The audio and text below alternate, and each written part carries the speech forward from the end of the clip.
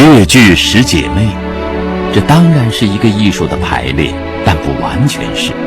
如果以艺术表演论，应该还有早期的吃银花、赵瑞花、涂杏花、王杏花、马章花、竹素娥、李艳芳，以及后来的戚雅仙、毕春芳、陆锦花、王文娟等。越剧十姐妹，它其实产生于越剧艺术的觉醒，或者说是越剧人的觉醒。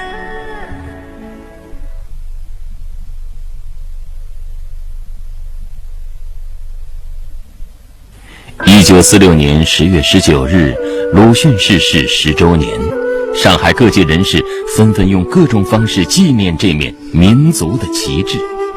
有一天，编剧南威把鲁迅的小说《祝福》带给袁雪芬看。那天我在明清大戏院演出，白天下来以后改装了，晚上要演出了。他说：“袁小姐，我读篇小说给你听听啊。”那我一面在改装，他一面读小说。他的小说不长，只有几千字的。那么他读给我听，听下来以后，他说：“你看怎么样？能不能改写啊？”我读的时候不晓得鲁迅的伟大呢。我读的故事我非常熟悉，我从我母亲老一辈身上可以找到这样的少个影子。我说我有把握，侬放心好了，侬下次我一定演。上演《祝福》正是越剧对绍兴老乡鲁迅逝世10周年的最好纪念。为了演好祥林嫂这个全新的角色，袁雪芬专门去书店买来鲁迅全集，还和南威专程去拜访了鲁迅的夫人许广平。许广平一愣了，他说在那个延安有个鲁艺，他延安鲁艺研究这个鲁迅演鲁迅的作品倒是完全说得通的。他在上海你们演出，你不怕当局不同意吗？这有什么？你讲的是为什么可以不同意啊？我说我们在敌外时期，我说演出嘛汉奸的戏，我说他们要审查了，让他们审查一个本子，我们演出又是另外的本子了。我没关系的，我们豫剧改革，我什么题材都要演。我说这是1946年的春天，抗日战争结束已近1年，曾经一致抗日的国共两党关系微妙，内战一触即发。此时上演在国民政府看来有政治倾向的鲁迅小说，无疑需要胆量。在征得许广平同意后，学生剧团开始排演《祥林嫂》，袁雪芬自己扮演祥林嫂，范瑞娟扮演贺老六，张桂凤扮演魏赖子。这个演员阵容可谓豪华，几位主角都是一时之选，难分轩轾。上海青岛路和黄河路的交叉口，当年上演祥林嫂的明星大戏院，60年后早已换了上海银行的招牌。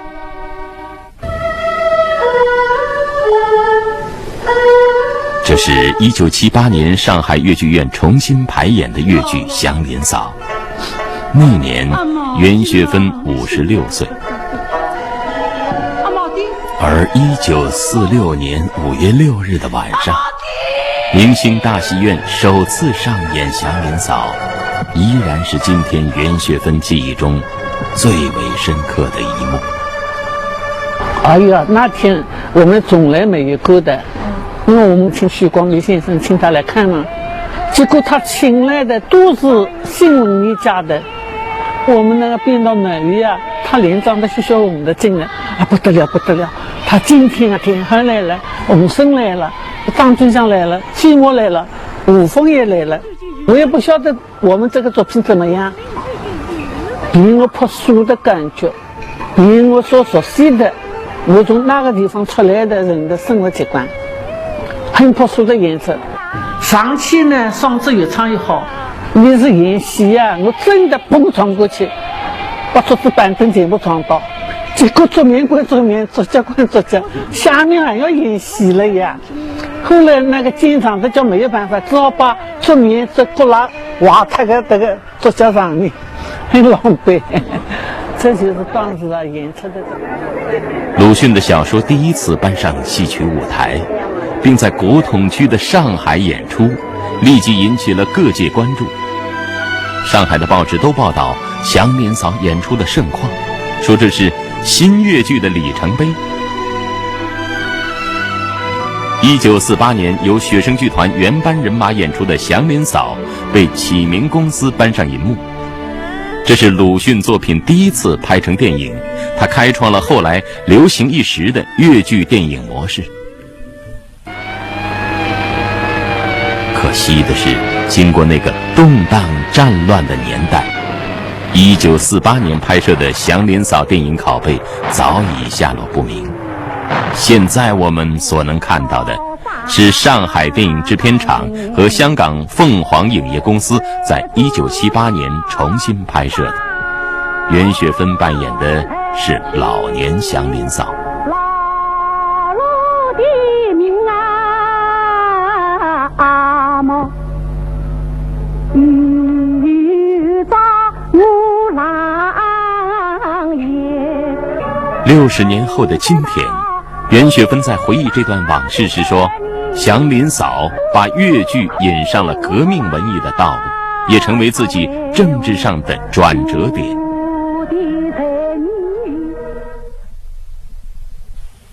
中共上海地下党注意到了这些越剧名伶的政治倾向，开始接近他们。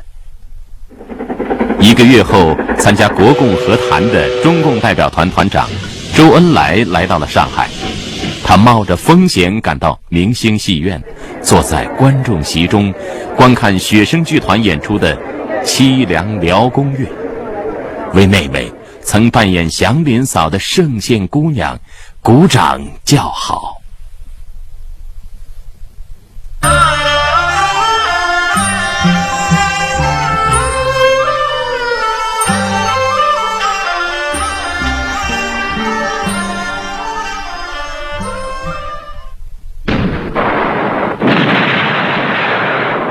1946年6月26日，内战爆发。国民党军向解放7月中旬，当时在昆明的中国民主同盟的2位中央委员李公朴教授和闻一舵教授，4天之内先后被国民党特务暗杀，国统区内一片白色恐怖。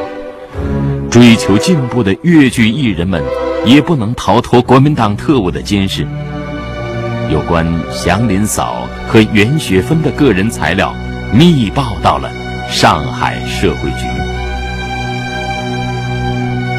1946年8月27日上午，袁雪芬身穿白旗袍，坐黄包车去苏联电台录音。刚刚我龙岗口出来，等红绿灯的地方，抛了个分包，把我抛了一身。他是很近的，因为我们在等红绿灯嘛，很近的就掏了我这个头上嘛，就是一身嘛。警察就来了旁边，根本不困啊。这个分包哪里来的，我们都很清楚，肯定来自反动派。此后，袁雪芬又收到了一封带有子弹头的恐吓信。封信我收到了以后呢，为去告表头天还点了信，这个所谓没有声明报道。他正好在开记者招待会呢，他在记者招待会上大声疾呼，呼吁所谓给我指引。许光比洪生都发言的，洪生先生他就讲，你让一个说那样子我下去吧。我听了天报纸啊，讲文汇报这个非常醒目，袁雪芬你挺起胸来。袁雪芬真的挺起了胸膛，她在思考。徐玉兰累得在台上吐血，尹桂芳嗓子沙哑了也不能休息。如此卖命的演出，为什么还要看不劳而获的老板眼色？为什么要我们越剧演员和妓女一起去进行从业登记？袁雪芬明白，要争取越剧姐妹们的合法地位与权益，就必须摆脱老板的控制，要有属于自己的剧场，必须办一所专门的越剧学馆，培养接班人。袁雪芬想到了敢做敢当的大姐尹桂芳，两人深谈了一次，一拍即合，决定联合沪上越剧名角一演，筹资盖一所越剧艺人自己的剧场。尹桂芳为此放弃了电影《王孙公子》的拍摄。这里是上海的福州路，过去呢是有名的一条四马路。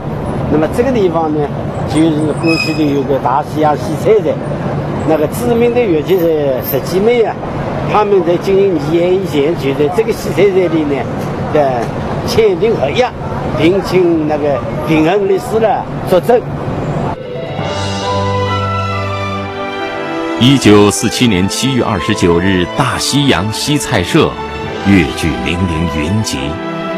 就连平时很少外出交际的小丹桂也来了。西菜社的老板也是一个越剧迷，他点了点，共来了10位名角。芳华剧团的尹桂芳、竺水昭、吴小楼；丹桂剧团的小丹桂、徐玉兰、徐天红；东山乐艺社的范瑞娟、傅全香、张桂凤，还有一个是刚刚离开学生剧团的袁雪芬。他们要联合一演一部大戏《山河恋》。艺人们为着共同的理想，在合约上签下了自己的名字。不知是谁的提议，越剧10姐妹还拍了一张合影，留下了那个永远定格的时空。10个人都要在一个本子里想，人家观众要看到戏啊，那要寻找了演什么戏啊，所以把那个3间看来改编的。那我们编剧也动了脑筋啊，是吧？把它中国化。我呢演个宫女，叫戴英，讲这个叫大宫女。那么袁雪芬嘛，叫演个小宫女，是我管，是我管的。这是照的，她是很漂亮的，雍容华贵。我们10姐妹之间，她最漂亮。那么大家就弄这往后，那么尹桂芳大姐讲了，她说：“哎，这个戏嘛，自个子不会那么多，是吧？我呢，我只要演做跑龙套了，可是我不叫跑龙套，做招盖。”早点的早了，这招干也可以。可是我不叫尹大姐，叫桂芳啊。桂芳说的对，一个辈子没许多团结呀，没许多自觉呀。他做招干，我做招干，阿拉叫两面站好了。结果尹桂芳和范瑞娟演了2个大龙套武将军。要就从这份故日里有话只管对我讲，我常与你做伴亲。这样说来，我是错怪了你；这样说来，我是当得了你。1946年8月19日下午，《山河恋》正式对外公演。当时卖的座位票分为3个档次：10万、5万和3万国币。买票呀，我们预订票呀，我们要演出什么时候演出？这个1天的播映，把半个月票是全部买光呀。那么阿拉呢，10个人呢，天气嘛蛮热的是吧？都来了，把戏都大家劲头蛮足的啊。哎呀，你没晓得，我们电台播映啊，我们的观众把电台那个量都打瓦它。此时国民党在内战战场上连遭败绩，唯恐后院起火。看到《山河恋》演出如此轰动，怀疑共产党在暗中操纵演出。后来讲来封门来不把了演出了，我们演下来的钱不能动，只好冻结。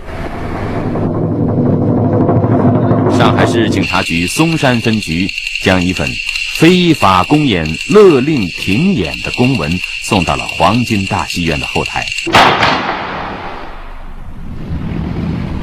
第二天一早，袁雪芬、尹桂芳、吴小楼和律师平衡赶到上海社会局交涉，到下午1点，终于等来了局长吴开先。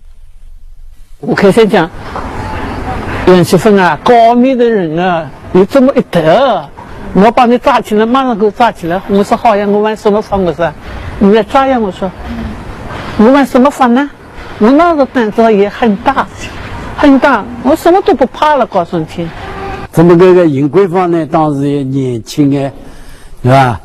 气人啊，可是吴克谦，我当时就他跟吴克谦给他揪出来了，他就当时就讲，我当时就没有手枪，有手枪我一枪把他打毙了，他就意思就气死人了，大家都。这是一场艰难的交涉，最后社会局局长吴开先勉强同意，让他们先演再补办手续。9月12日，《山河恋》一演在几经波折中提前1周落幕了。此时已近子夜时分，天下起了丝丝小雨，人们感到了秋天的凉意。我用的这个连通日一通啊，话费实惠，顶顶要紧的是说了辰光再长，心里想不慌。于是不是啊？打着电话把人拨个2句，打着电话呢不少一个默默，事务比呢强话实惠，讲了送光钱也还不高了。联通如一通，不但市话便宜，长话也实惠啊，而且还有来电畅听，购买方便，缴费也方便，那真是实惠说不完。联通如一通，中国联通。我可以吗？快用闪亮滴眼露针对眼罩、眼涩、眼疲劳。闪亮的魅力无法挡。仁和闪亮滴眼露，孩子感冒发烧就用优卡丹。真潇洒。那是。我说的是新日电动车。买好车，新日电动车，新日电动车，好车。感冒发烧，持续低烧，反复发烧，用新博牌柴黄颗粒，稳稳当当退烧。百利药业，大红鹰，胜利之鹰，大红鹰集团，皇氏响声丸，驱内火，治嗓就是快。人生最幸福的是选一个中意的人。今天是我朋友大喜的日子，如果有中意的人，当然要吃中意喜糖，幸福从中意开始。中意糖果，我家宝贝特聪明，一咳嗽就跟我说：“妈妈，可可牌小儿止咳糖浆，专治小儿感冒咳嗽。我家的宝贝也会可牌小儿止咳糖浆。”大家好，人到中年了就喝至中和5加啤酒。我老家苏州，父亲一直喝5加啤酒。天气潮湿阴冷，回家每天喝一点至中和，200年来专做草本产品，很专业。至中和。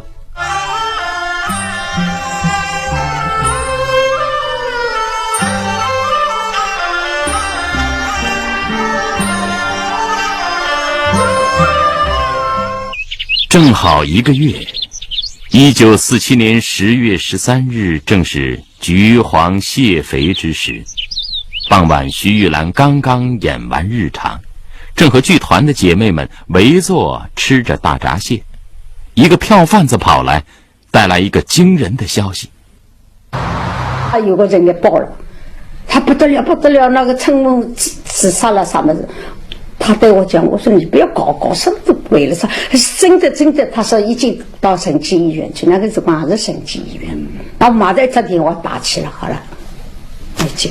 那么那天晚上刚刚也相亲来一个哭戏，那么大家本身戏也要哭的，那么这家小当官自杀了嘛，大家都有感情，那么台上的人差不多不哭的也哭了，观众看了奇怪，今天为什么那个演员都在哭啊？第二天早晨，人们翻开当天报纸，白纸黑字赫然报道了一代名伶小丹桂自杀身亡的消息。徐玉兰从报上看到了那一纸遗言：做人难，难做人死了。是韦兰芳来告诉我听的嘛。他是说了，韦兰芳啊，是人家快点啊，侬想想办法，趁人家不上城了，别死了。殡仪馆我也去的，我妈妈也去的，因为小丹闺女她没有爸爸，没有妈妈，都早就过世了。她是实际上听你小丹闺是越剧红人是吧？她里面关在里面一个遗体，就是跟衣服穿的那没有东西的，我亲眼看到没有血根，只有这个鞋子前面有2颗珍珠，还要名誉把这个小丹闺恢复过来。小丹桂原名钱春运，浙江盛县长乐镇人。4岁丧父，8岁做了童养媳，10岁入高升舞台学系，拜玉传海为师。小丹桂自幼吃过童养媳的苦，进入科班学艺后，虽然辛苦，有时还要遭师傅毒打，但他总觉得戏班犹如天堂。小丹桂学艺刻苦，未出师门即已担任头尖花旦，以后相继走红于宁波、杭州和上海。1938年5月，混迹粤剧界的张春帆看中小丹桂的演技，到宁波请他和师姐妹数人赴沪演出。代班师傅竭力劝阻，但小丹桂对张春帆的话深信不疑，就跟着他来到了上海，进了他的戏院，成为丹桂剧团的台柱。他是1930年粤戏的，在宁波呢已经称为粤剧王后。在粤剧史上第一个称粤剧王后的就是小丹桂。他是我的师姐，当时的情况当中是很红的。他的戏来讲的话是文武双全了，都来的了他的。我们经常在说嘛，三花不就一转，一转没有3转他记了是吧？一转不就一单是吧？那个时候小丹桂也是挺红的了。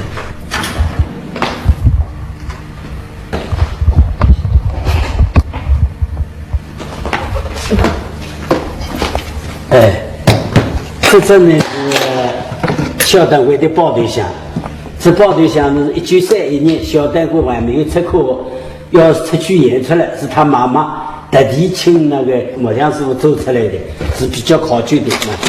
这个呢，小丹桂梳妆化妆用的那个蓬头了，蓬头假发也用的蓬头。那么这里呢是眉笔，这些眉笔了都比较考究，当时有了都是进口的眉笔。那这个是眉粉了，用的是眉粉了，都是进口的货啊，比较高级的。这个呢是胭脂瓶，红水胭脂瓶，这是他练的女膏，都是进口的东西。这个是他原来老师的点了和原来一张纸嘛，要给你看啊，上海英租界新石路卡德路区老正昌首场，这个就是他原来一张纸，这样是填了这个底下的，这个都是来到上海的这几年，在袁学芬倡导的新粤剧影响下，小丹桂也力图改弦易辙。1943年与徐玉兰合作，演出不少新戏。《山河恋》一演时，小丹桂正当红，她演密集一角，戏份较多。那个时候张成文批人要争取我到他那去演出，他才答应小丹桂来穿甲，也是3、5年的。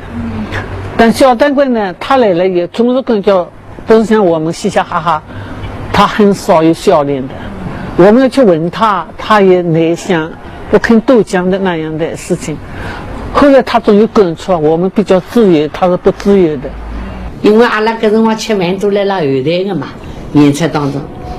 一看嘛，好嘞，一个小菜啊，侪是搿种的啥个黄豆芽呀，啥个，那搿么，搿我一看，我说啊，陈凤姐，侬吃搿种小菜啊，我拿一个饭格子绑关脱了。那么搿桩事体也弄得蛮大的，就是好像呢，张春文，好像我，那要把。阿拉那搿个回应种姐妹来了一道，把小丹桂搞坏脱了要，就意思当中是搿能个情况。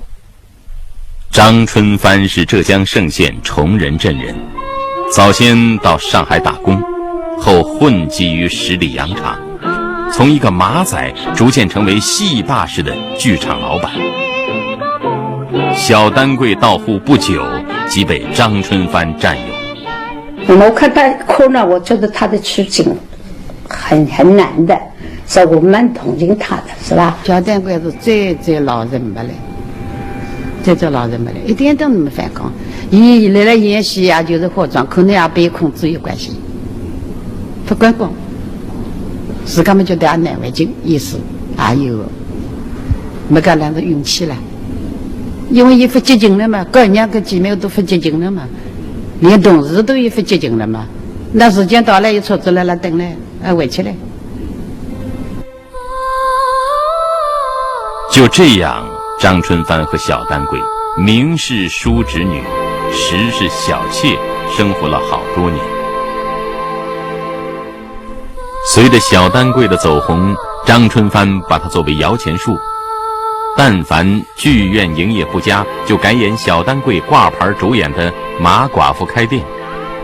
小丹桂一身薄纱上场，身材隐隐约约，唱的又是寡妇思春的词，每场爆满。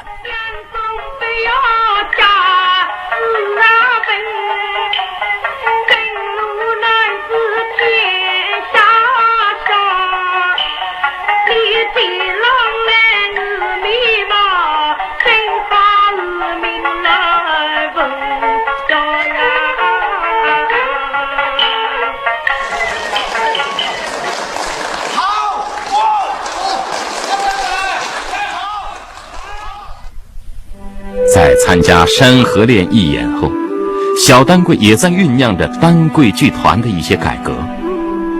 1947年10月5日下午，他与一个叫冷山的电影导演到龙门戏院观摩徐玉兰演戏。在回来的路上，两人边散步边谈了一些粤剧革新的事情，这本是平常的交往。张春帆下面的手对他小丹桂一举动有人盯梢啊，跟踪啊。这么个这张春帆，另外讲他呢，就是跟冷山啊有不正当的关系嘛。是张春帆的兄弟把冷山叫来就是拐了这个就是小丹桂的面前，当他的巴掌。张春帆啊，当着小丹桂面打巴掌，无所要这意思，一定是要他交代这人有什么不轨之处，就是这样。那么这个人的小丹桂呢，精神上觉得刺激太大了。小丹桂百口难辩，看到姐妹家中窗台上有一瓶消毒用的莱索尔药水，便悄悄地藏在手提包里。在张春帆又一次恶毒的辱骂之后，小丹桂喝下了那瓶药水。咽气之前，小丹桂咬破手指，用鲜血在被单上写下了“做人难，难做人，死了”8个字。1947年10月13日下午6时15分，小丹桂离开了他心爱的粤剧，时年27岁。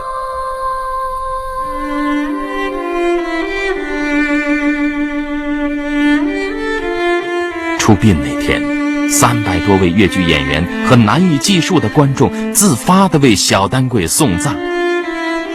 通往大西路乐园殡仪馆的马路两边拥满了5万多名吊唁者。那么当时大概上海就是排演的啊，不但是阿拉这个有好多就是讲其他节种也出现有个那个情况。张春帆呢，我有几个记得好多人他不病了，不病有地方要起来打官司了。真他个人也抓起来了，他可是没多少资金，就放弃了，没有办法说。因为这个所谓是非颠倒的所谓。人们希望将张春帆绳之以法，还社会一个公道的呼声，被挡在了法院冰冷的大铁门之外。直到1951年7月28日，戏霸张春帆终被新政府绳之以法。